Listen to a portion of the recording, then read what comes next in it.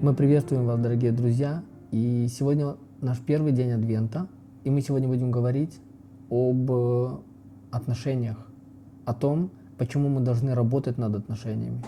И ключевое слово «почему я?». Почему я должен? И каждый сам себе задаст этот вопрос, почему лично я должен работать над отношениями. И мы сегодня постараемся охватить эту тему и осветить ее. Да, приветствую вас. Мы попробуем ответить на вопрос. Я уверена, что мы ответим на него правильно, с библейской точки зрения, почему мы должны работать над отношениями. Самый частый вопрос, не самый частый, но очень часто задаваемый вопрос мне, когда я веду консультации семейных пар: Марина, почему я должна или почему я должен это делать? Почему мы вообще должны делать это вместе? Зачем работать над отношениями, если все должно быть хорошо? Что с нами не так, что нам приходится работать над отношениями? Что не так с тем, что мы делаем, и почему у других нормально, а у нас ненормально? Я привожу один пример о женском похудении. Есть два типа женщин. Женщины меня сейчас поймут. Одна женщина, она будет кушать все, что можно, там булочки на ночь, пирожные, запивать кока-колой, и с ней будет все прекрасно.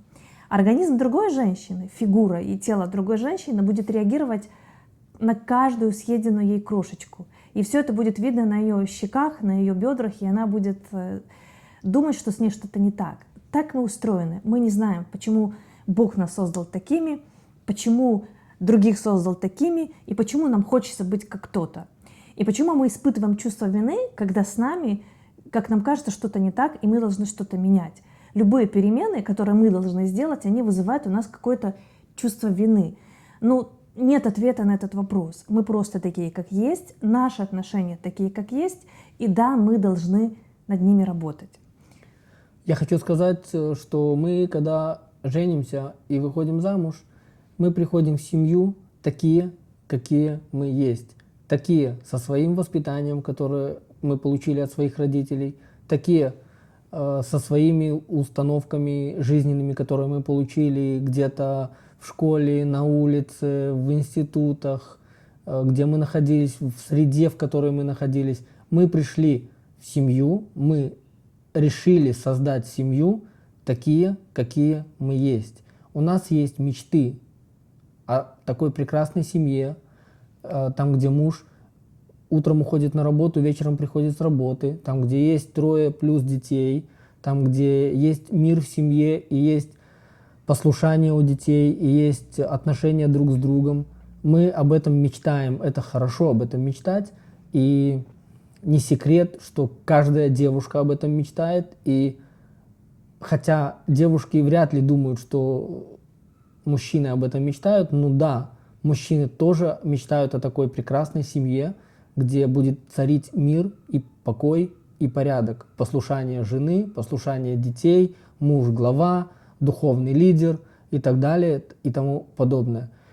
Но здесь сегодня на нашем первом уроке мы постараемся объяснить, почему так не происходит, почему наши мечты разбиваются о стены семейных отношений, о стены каких-то установок, о которых мы не знали и, возможно, о которых нам никто не рассказывал. Семья — это система. Это живой организм, это система, которая работает по определенным принципам. И в этой системе есть элементы. Это Гена — один элемент, я — второй элемент. У нас есть дети, это тоже элементы этой системы, которая как-то работает, как-то движется, существует. И между элементами этой системы есть связи, есть что-то, что нас связывает. У меня с моими детьми есть своя связь, связь родителей и ребенка. У детей между ними есть своя связь, как братьев и сестер. У мужа есть своя связь с детьми, он для них отец. У нас, между нами, есть тоже свои отношения, как мужчины и женщины, как мужа и жены. И когда в нашей семье что-то происходит не так, это не значит, что с нами что-то не так. Это значит, что что-то произошло с нашими отношениями. По сути дела, за проблемы в отношениях никогда не отвечает один человек. Вы слышали фразу, что в проблемах, в браке, в разводе, во всем виноваты двое. Это действительно так. Несмотря на то, что один может быть вкладывать больше в эту проблему, в этот кризис или в конфликт, он может быть даже ее инициатором, он может быть даже ответственным за нее. Но в системе семейной все настолько переплетено и взаимосвязано, что распутать этот клубок и доказать, кто больше виноват, кто меньше, иногда бывает очень сложно. И семья, повторюсь, это система, которая устроена определенным образом. И элементы этой системы взаимодействуют между собой. Уже как взаимодействуют, насколько качественно и насколько это приносит радость и удовольствие семьи, это уже другой вопрос. И когда в отношениях что-то идет не так, это не значит, что у нас плохая семья или мы лично плохие. Это значит, что нужно починить взаимодействие между элементами этой системы. Есть два определенных закона, по которым живет и движется любая система. Систем в мире огромное количество. Семейная система — это только один из видов взаимоотношений в этом мире. Есть закон развития, когда что-то движется, что-то появляется новое, отпадает что-то за необходимостью, за ненадобностью, что-то нам не нужно. Мы женимся, выходим замуж, у нас еще нет детей. Вот мы такие, как есть, молодые, женатые, с какими-то ожиданиями своего брака. Потом происходит рождение детей, и мы уже должны меняться. Мы должны подстраиваться друг под друга. Допустим, я вышла замуж за человека, который душа компании, творческий человек. Он играет на гитаре у костра, все его любят. Он шутник, он всегда любит ходить в гости, приглашать в гости к себе. У него большой круг друзей. Но тут рождается ребенок. И вместо веселого такого задорного парня, который душа компании, мне нужен человек, который берет на себя ответственность финансовую, который понимает, что жена после родов может проходить разное эмоциональное состояние, который понимает, что жене нужна помощь по дому, помощь с ребенком. Мне хочется душевных, близких разговоров, мне хочется, чтобы меня поняли. И вся вот эта вот веселость и задор, и вот эта вот душа нараспашку, она мне уже больше не нужна. Если он будет продолжать вести себя так, то для меня мой муж будет несерьезным человеком, на которого я не могу положиться. Он будет для меня ребенком. И мне будет очень сложно строить с ним дальше свои отношения. Дальше эти отношения, если мы не поменяем вот эту вот связь между нами, если мы не перестроимся, если мы не будем жить по этому закону развития, у нас будет конфликты и очень серьезные. И многие браки распадаются уже на этой стадии, когда появились дети, а когда их появляется больше, больше и больше, и мы не перестроились, мы не поняли, что нам тоже вместе с этими переменами, нам тоже нужно меняться. И поэтому работать над отношениями нужно постоянно, непрерывно, не переставая. Наша жизнь, она очень динамична. Кроме рождения детей у нас еще есть дети, которые взрослеют, есть подростки, у нас могут быть конфликты в семье на почве подростков.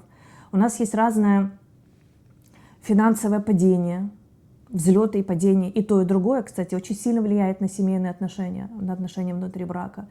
Есть болезни, есть потери работы, есть иммиграция, переезды, есть куча всего, под что мы должны себя подстраивать.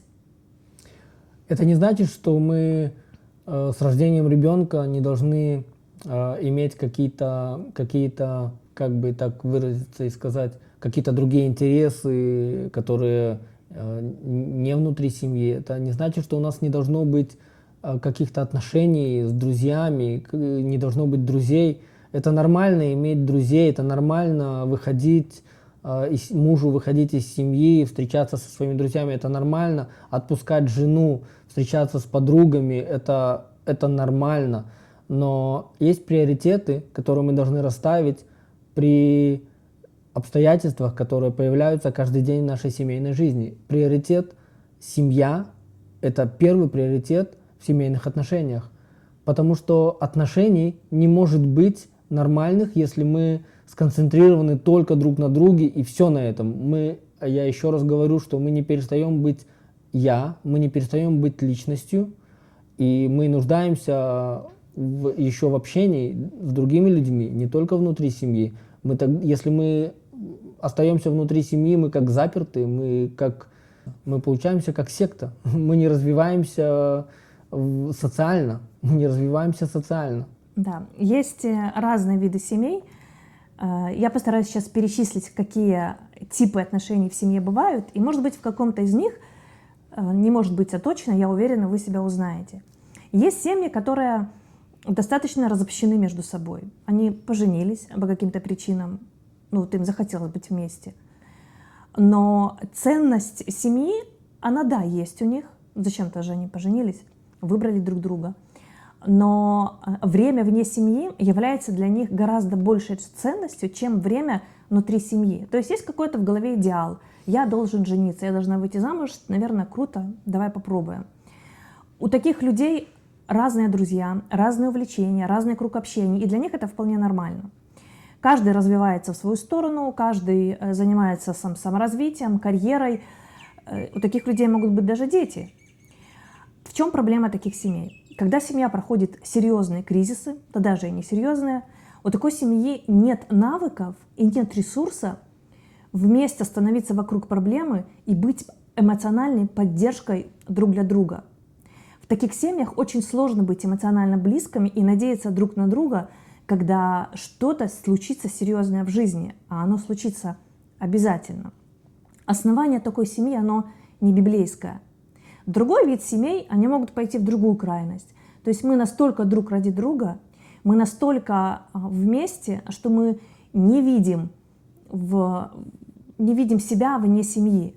Если в первом случае любое посягательство на личную жизнь, оно является угрозой для брака, ты нарушаешь мои личные границы, это мое, я личность, я индивидуальность, не трогай меня, то в этом варианте, когда мы настолько сильно сплочены и растворены друг в друге, то любая деятельность вне семьи, друзья, хобби, встречи с подругами, друзьями, это выглядит как угроза нашим отношениям.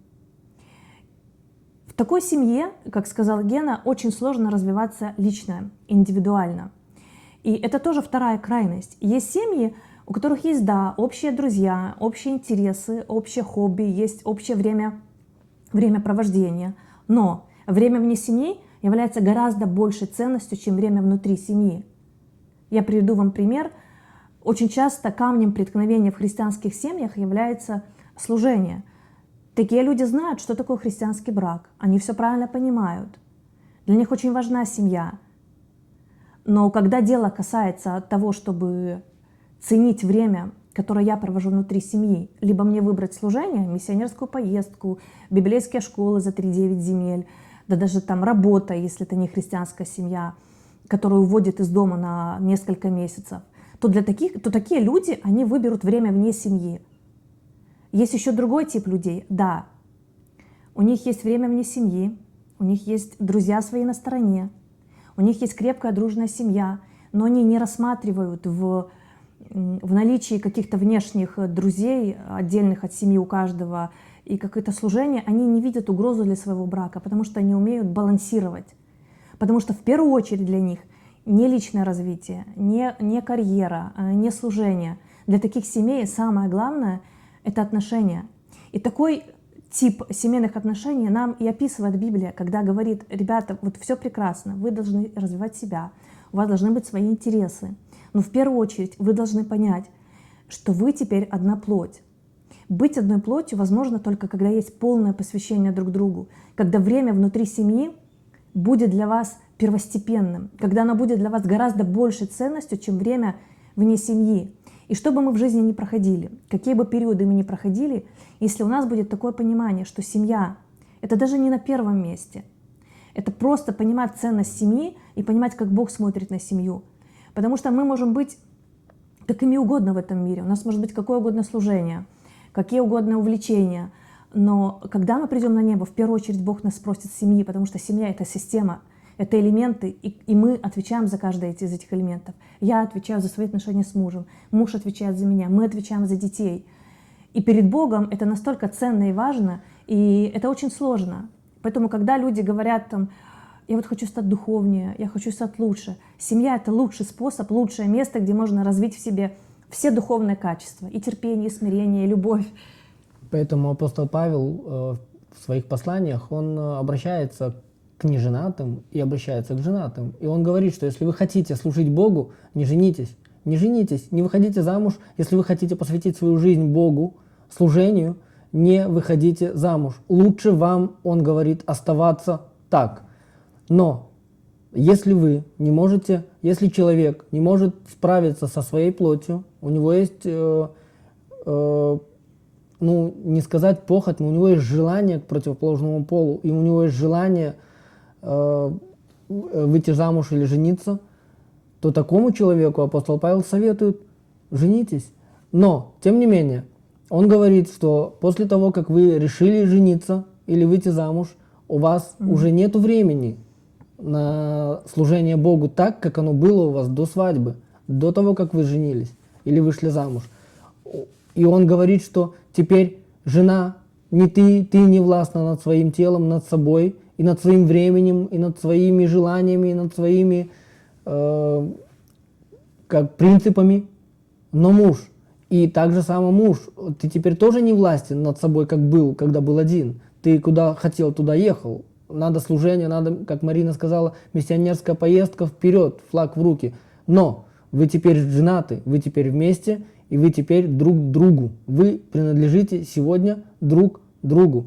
И это неправильно, когда мужу Бог открывает ехать на миссионерское служение, и он собирает чемоданы, оставляет жену с 10 детьми дома и уезжает. Это, конечно, духовно, на первый взгляд, но это большой. Неправильно. Да. Это Насколько неправильно. Существует такое понятие, что когда Бог посылает, ну, например, если мы уже говорим о миссионерском служении, то когда Бог посылает и открывает, что вот твое служение так и так, миссионером быть и все такое, Он открывает это жене тоже. И у нас есть множество свидетельств, когда пастору, нашему, например, пастору, Бог открывает быть пастором, он приходит домой воодушевленный, и ему жена говорит: ты знаешь, мне Бог сегодня проговорил, что у нас будет пасторское служение. Вы понимаете, как работает Бог? Вы понимаете, что об этом написано еще в Библии, еще до рождения Христа, когда Мария получила от Бога. Вы помните, что написано? Когда Мария получила от Бога, в ту же ночь, когда она сказала Богу: как это будет, как мне быть с мужем, что я ему скажу? Мы еще даже не женаты, мы только обручены, что я ему скажу? И в ту же ночь Бог приходит к Иосифу, и он ему тоже говорит. Понимаете, как работает Бог? Бог в семье работает вместе. Одинаково, Бог да. не работает в семье с одним по одному, с другим по другому. Если Бог открывает ехать в другую страну одному, Бог откроет это, ехать в другую страну и второму. Так работает Библия. Бог открыл убежать из Вифлеема Иосифу с Марией, и Он им обоим сказал об этом. Он обоим им сказал об этом. Бог не работает с мужем и женой по отдельности. Он не говорит врознь. Он не говорит для того, чтобы разбить отношения. Он говорит так же самое, если мы возьмем отношения мужа и жены, как отношения Христа и Церкви. Посмотрите, что Бог говорит о Церкви. Бог дает различные служения и дары в Церковь для созидания. Просто подумайте о тех церквях, о которых вы, например, знаете. Я думаю, что вы знаете о таких церквях, у которых есть некоторые люди, которые получили там какие-то дары пророчества и так далее и тому подобное. Что они делают? Некоторые, я не говорю про всех, но есть такие случаи, когда они разделяют церковь. И это не Бог. Запомните, это не наш Господь. Наш Господь соединяет, наш Господь созидает, наш Господь не разрушает. И вот эти два понятия: сплоченность, о котором говорит Гена, когда Бог работает вместе с мужем и женой. Если Бог говорит в семье только одному, обращается только к одному, что-то интересное с этими отношениями. Сплоченность и гибкость, когда мы вместе объединены в семье, когда у нас заложено правильное основание, мы будем над этим основанием работать все 25 дней. Мы будем часто возвращаться к базовым понятиям, библейским принципам брака. О них никогда не будет лишним сказать. Сплоченность и гибкость, когда мы развиваемся, когда мы адаптируемся друг под друга, когда мы внимательны к потребностям друг друга, к тому, что происходит, к тому, что Бог нам говорит. Мы внимательны друг к другу. И вот эти два слова гибкость и сплоченность, они будут идти с нами рука об руку все 25 дней нашего Адвента. И так почему же нужно работать над отношениями? Я хочу ответить на этот вопрос, может быть, вкратце. Мы читаем в нашей Библии, в Ветхом Завете, о том, что Екклесиаст Соломон, он говорит, что двоим лучше, чем одному. Вы откроете это место, у нас будут ссылки на эти места, я думаю, что вы будете все это видеть. Двоим лучше, чем одному. Вопрос, почему? Потому что вы очень скоро получите что? Награду. За что? За труд.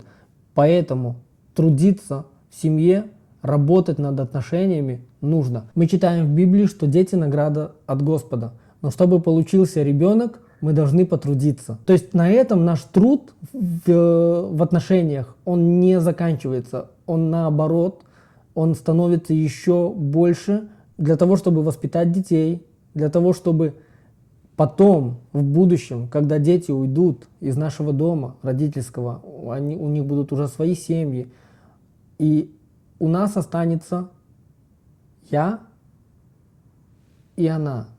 У нас останется двое. Мы остаемся вдвоем. И то, как мы трудились на протяжении всего времени, то, как мы трудились, вот такая будет награда. Так поэтому мы и должны трудиться. Поэтому вопрос, почему я?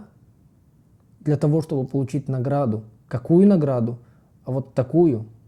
Как мы трудимся друг с другом, как мы трудимся над отношениями, как мы работаем над нашими отношениями, такая награда у нас будет. Некоторые получают награду, от которой как следствие своих отношений. Да. Кто-то получает награду со слезами. Но мы исполнители Слова Божьего, и мы сеем со слезами, но не пожинаем. Потому что Слово Божье работает. Мы Да. со слезами мы можем только сеять, но пожинать мы должны быть исполнителями Слова Божьего. Пожинать мы должны с радостью. Поэтому если мы сеем, работаем, трудно иногда работаем, но мы должны понимать и помнить, что пожинать мы будем с радостью, что награду мы будем получать от Господа за труд, который мы совершаем внутри семьи над нашими отношениями. Библия много говорит о том, что мы должны приобретать знания, приобретать мудрость, мы должны стараться. Написано: «Вникай в себя и в учение, занимайся сим постоянно». Это немножко о другом, но библейский принцип остается таким. Мы должны заниматься собой, мы должны вникать в себя, у нас должна быть мудрость, мы должны ее приобретать, мы должны работать над своими отношениями в браке. Если мы не будем работать над своими отношениями в браке, то над нашим браком будет работать все, что угодно. Обстоятельства, родственники, дети наши будут работать над нашим браком, дьявол будет работать над нашим браком. Если мы не возьмем Слово Божие как авторитет для своей жизни, как что-то, что оформляет наш брак, что в чем-то его ограничивает, какие-то параметры, какие-то принципы, если мы не возьмем Божье Слово для себя за авторитет, то наша семья, она может быть и будет хорошей, но она не будет находиться в воле Божьей. И библейский взгляд Нового Завета на отношения между мужем и женой и вообще на отношения между людьми, он абсолютно другой. Он не такой, как в Ветхом Завете, когда око за око, когда все по справедливости, зуб за зуб, когда все четко прописано законом. Отношения Нового Завета между людьми — это отношения совершенно другого порядка, это отношения другого уровня. Когда Иисус задает такие серьезные планки, написано, что то, что вы называли раньше блудом, это еще цветочки. Теперь, как только вы помыслите в сердце своем, как только вы посмотрите на женщину с вожделением, вы блудники. Как только ты скажешь на брата своего глупец, ты убийца и ненавистник своего брата. Иисус задает нам какой-то совершенно новый уровень отношений друг к другу. И это то, чего нет в Ветхом Завете. Это такая глубина, это такое интимность между людьми. Это какое-то новое понимание вообще того, что такое наша душа и какими должны быть наши отношения друг с другом. Исходя из этого, Бог будет с нас спрашивать. Поэтому, если вы думаете, что ваши отношения достаточно для того, чтобы быть семьей, это прийти, сходить на работу, прийти, обеспечить семью, а жена думает, что достаточно для отношений приготовить поесть, накормить всю семью, а я говорю нет. Как Иисус говорит, а я говорю, вы слышали, что сказано древним, не убей, не прелюбодействуй, а я говорю нет. То есть Иисус задает высокую планку отношений. Иисус задает высокую планку отношений. И я перевожу это на семейные отношения. Иисус задает в семье высокую планку отношений. Если мы создаем семью, мы отлепляемся от своих родителей и прилепляемся к своей половинке. Мы прилепляемся. Мужчина и женщина сотворил их. Мужчина и женщина станут одной плотью. Как одна плоть. Мы должны так работать над своими отношениями, чтобы мы были как одна плоть.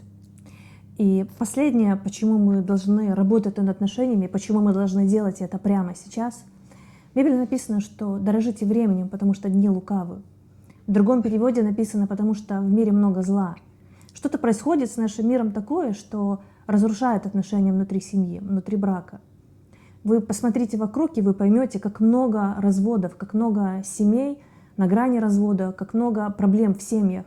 Я думаю, для вас это не голые слова и не новость. Вы с легкостью приведете список, по крайней мере, из 5 таких семей, которые развелись на ваших глазах. И речь идет о христианских семьях. И Бог говорит, что у вас очень мало времени. Время в супружестве, в браке, оно не такое большое. Это не вся наша жизнь. У нас есть жизнь до брака, у нас есть жизнь после брака, и у нас есть вечность на небесах. Но время, которое нам отвел Бог, оно не такое большое, но оно влияет на очень много нашей жизни. Оно влияет на будущее поколение, на будущее наших детей. Оно влияет даже на то, дойдем ли мы до неба спасенными. Поэтому вопрос, почему я должен работать над отношениями, с христианской точки зрения, он риторический. Мы должны работать над нашими отношениями. Этого требует Слово Божье. И все те, кто принял решение работать над своими отношениями, это люди, это семьи, у которых обязательно получится. Потому что мы начинаем, и мы заканчиваем. Мы начинаем работать, и мы заканчиваем с наградой. Амен. Мы не останемся без плода, написано. Мы прощаемся с вами. Встретимся завтра. У вас есть еще список заданий, которые желательно, чтобы вы выполнили. Все эти задания, они не взяты с воздуха, у них есть определенная логика, определенный смысл. Можете довериться нам в этом.